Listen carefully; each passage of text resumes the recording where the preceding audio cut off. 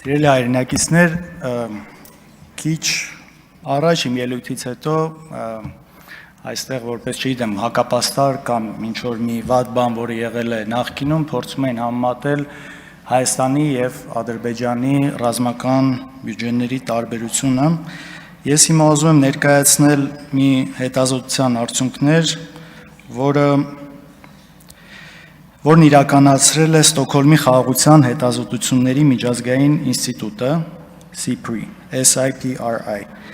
իրանց տվյալների բազայի վրա, ուրեմն այսպես, 1998-ից 2008 թվականներին Հայաստանի ռազմական ծախսերը եղել են 3 միլիարդ 332 միլիոն ոչով, Ադրբեջանինը 7 միլիարդ 352 միլիոն, տարբերությունը Ադրբեջանի հետ եղել է մոտ 2.2 անգամ։ Հիմա ներկայացնեմ 2018 թվականից մինչև 2025 թվական նույն տարբերությունը 3 անգամ 8 միլիարդ 792 միլիոն Հայաստան, 26 միլիարդ 812 միլիոն Ադրբեջան, տարբերությունը 3 անգամ։ Հիմա ու իմիջիալոց շատ կարևոր է այստեղ հաշվի առնել, որ այն ժամանակ այնինչ Արցախի հանրապետությանն էր, պաշտպանության բանակին է, սրա մեջ ներառված չի։ Եվ նաև այնինչ մենք ձեռք էինք բերում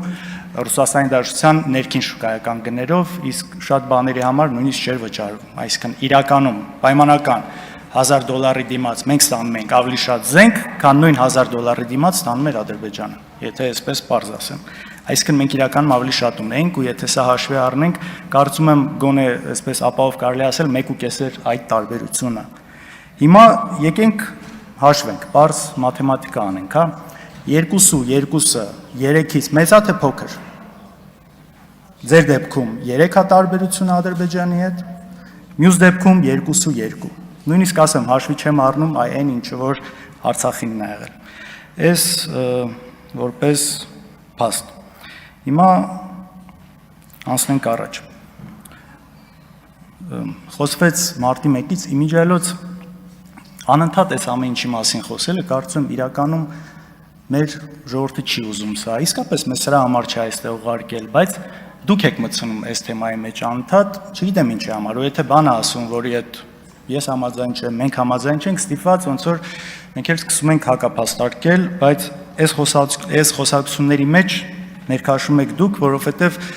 երբ օրինակ խոսում ենք այսօր հիմա տեղի ունեցող անարդարություններից, դուք չգիտեմ, հիշում եք մի բան 30 տարվա, 20 տարվա, երբ խոսում ենք, որ Բարգավաճ Հայաստանը պետք է այստեղ լիներ, մանդատներ են գողացել, խոսում եք ուրիշ բանից եւ սա տանում է խոսակցությունը շատ սխալ տեղ։ Իսկ ինչի եք դրանից խոսում, որովհետև այն ինչ հարցադրումներ անում ենք, պատասխան չկա։ Հարցնում ենք Տիգրանաշենը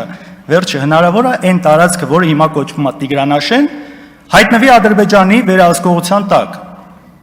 Չկա ուղիղ պատասխան, այս կողմ, այն կողմ, մարտի 1, հոկտեմբերի 27, ժողովուրդ քանի անգամ պետք է կրկնեք այս ամեն ինչը։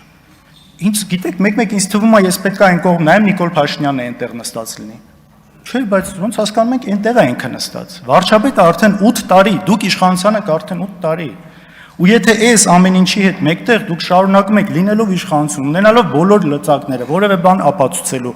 այն իշխանությունը, որ դուք ունեք, դատական, իրավապահ, սահմանադրական դատարան այդ համակարգերի վրա, իսկապես ոչ մեկ չի ունեցել։ Ու նաև դրա հետ մեկտեղ այս ապօրինությունները, որն այն ժամանակ եթե իշխանությունները անեին չէին մարսի, դուք հիմա մարսում եք, որովհետև շատ հմտորեն կարողանում եք սուտ խոսել, հետո դա արդարացնել, ուրիշ սոուսի, մի խոսքով չմտնեմ սրա մեջ, բայց հիմնական երևի այս որ հետ եք միշտ գնում, այնա որ կոնկրետ թեմայի հետ կապված ասելիք որպես կանոն չի լինում։ Ու նաև այստեղ խոսեցիք մի այդ դատավճռից, սա էլ ասեմ, էլի, տեսեք, ստեղծվել է մի յուրահատուկ երևի իրավիճակ, երբ որ այն իշխանությունը, որը եղել է նույն մարտի 1-ի դեպքերով, եղել է բարիկադների մի կողմում, տարիներ հետո հայտնվել է իշխանության։ Ինչպես գիտեք, մի այդ գործերը Հայաստանի կայացրած վճիռները դատարանների մի այդ գործերում պետք է պաշտպանի Հայաստանի Հանրապետությունը։ Հիմա այնպես է ստացվել, պատկերացրեք, դատարանը պետք է լինի փաստաբանը, մեղադրող կողմը։ Այդ երկուսը մի կողմ են դարձել։ Այսինքն այն փաստերը, որը Հայաստանի Հանրապետությունը պետք է ներկայացներ պաշտպանելու համար իր դատարանի կայացրած վճիռը, մի կողմ դնեմ ճիշտ էր, սխալ էր, բայց այն ֆունկցիան, որը պետք է ունենար։ Այդ կողմը ու մյուս կողմը իրանք մի կողմ են դարձել։ Իմիջիալոց մենք նաև դիմել էինք այն ժամանակ, եթե չգիտեք, պարոն Հարությունյան, մենք նաև դիմել էինք ՄԻԵԴ-ին, ասելով, որ սա բացառիկ երևույթ է, հասկանում ենք ձեր տեսանկյունից էլ, բայց մեզ էլ իրավունք տվեք, որպես երրորդ կողմ փաստարկներ ներկայացրել, մեզ ցույց չեն տվել։ Որպես այն, որ հենց այս իմ նկարագրած երևույթը որ կար, որ փաստորեն մի կողմ է դարձել, այսինքն այն մարդիկ, ովքեր այն ժամանակ մեղադրվել են, նորից եմ ասում, ճիշտ սխալ մի կողմ դրած, ու նաև այն մարդիկ, ովքեր հիմա պիտի պաշտպանեն այն դատավճիռները, նույնն են դարձել, այսինքն այստեղ ուղիղ շահերի բախում է տեղի ունեցել։ Լավ, հետո կարող խոսալ, շարունակենք, այստեղ հիմա նաև ինչ է անընդհատ խոսվում, չէ, բան է դարձել, $200 միլիոն։ Ու ընդհանրապես ապօրինի գույքեր, այսքան հայց կա, այսքան հայցեր կա, այսքան հարուցված քրեական գործեր կա։ Ժողովուրդ, փորձել եք հասկանալ, ինչ ձևով են այդ գործերը հարուցվում, ինչ ուսումնասիրություններ են արվում, բայց ամենակարևոր, ում վրա են հարուցվում։ Այսօր կան ձեր թիմում բազմաթիվ մարդիկ, որ եթե իրանց վրա մարզպետներ մնացած, չեմ ուզում այստեղից անուններ հնչեցնել, որ եթե փորձեք այդ ուսումնասիրությունը անել, չգիտեմ, առնվազն եթե նույն տրամաբանության մեջ լինի, ինչով որ սա արվում է անդիմադիրների նկատմամբ, շատ տխուր պատկեր է ստացվել։ Ես ինչի եմ սա ասում, որ այդ ամեն ինչի հիմքը գործ սկսելու լինում է, թե մարդ ինչքանով անդիմադիր կամ չէ։ Նախկինում падգամավոր ա եղել, օլիգարխ, չգիտեմ ինչ, Նիկոլ Փաշինյանի թթուխոս չի ասում, իր հետ կապված խնդիր չկա, ոչ մեկ չի մտնելու իր գույք ստուգի մնացածը անի։ Քաղաքական գործիչ նախկինում եղել է ինչ որ մի բան, այսօր իրան խելոք ապահում կամ միտեղ տեղավորվել է այդտեղ, զրո բան իր հետ կապված, զրո։ Գիտեք, ակնհայտ, ու այս ամեն ինչը ինչ եմ ասում, որ սա կոչվում է selective justice։ Երբ որ գործերը հարուցվում են ընտրողաբար, քաղաքական ենթատեքստ ունենալով մարդու քաղաքական գործունեությունից կախված, սրանք բազմաթիվ են։ Այսինքն, երբ որ դուք գործ եք հարուցում, օրինակ, իմ կնոջ հետ կապված ասում են 2010 թվին 100,000 դրամ չի ունեցել, որ ընկերություն հիմնի, ուրեմն այդ ընկերությունը մենք ճանաչում ենք ապօրինի։ Հասկանում եք, ու այս կարգի գործերը բազմաթիվ են։ Մենակ մեր հետ կապված չէ։ Այսինքն ընկերությունը հենց տակից ասում է, դեպքը 25,000 դրամ նույնիսկ ասում են, մարդ չի ունեցել ընկերություն հիմնի։ Ուրեմն այդ ընկերությունը ինչ աշխատել է ապօրինի։ Այս կարգի աբսուրդի մասին ենք մենք խոսում։ Ու ես չգիտեմ այդ թիվը 200 միլիոն, չգիտեմ ինչ որ թվեր եք ասում։ Նախ եթե 200 միլիոն եք ասում, առնվազն պետք է այնքան պարկեշտություն ունենալ, որ Նիկոլ Փաշինյանից սկսած, որ կանգնեն ասեն ժողովուրդ, մենք ձեզ 15-18 տարի մոլորության մեջ ենք գցել միլիարդներից ու չգիտեմ ինչերից խոսալով, այս մեկ։ Երկրորդը, այդ հաշվարկները ինչ ձևով է կատարվել, ինչա, ես անկեղծ նույնիսկ պատկերացում չունեմ, իսկ քիչ առաջ այստեղ սուտ տեղեկություն նորից հայտնվեց Աֆրիկայում ինչ որ հանքի մասին։ Բացարձակ նման բան չկա, ես ասում եմ, պաշտոնապես սուտ է դա։ Ինչպես որ սուտ էր ձայնագրությունը, որ դուք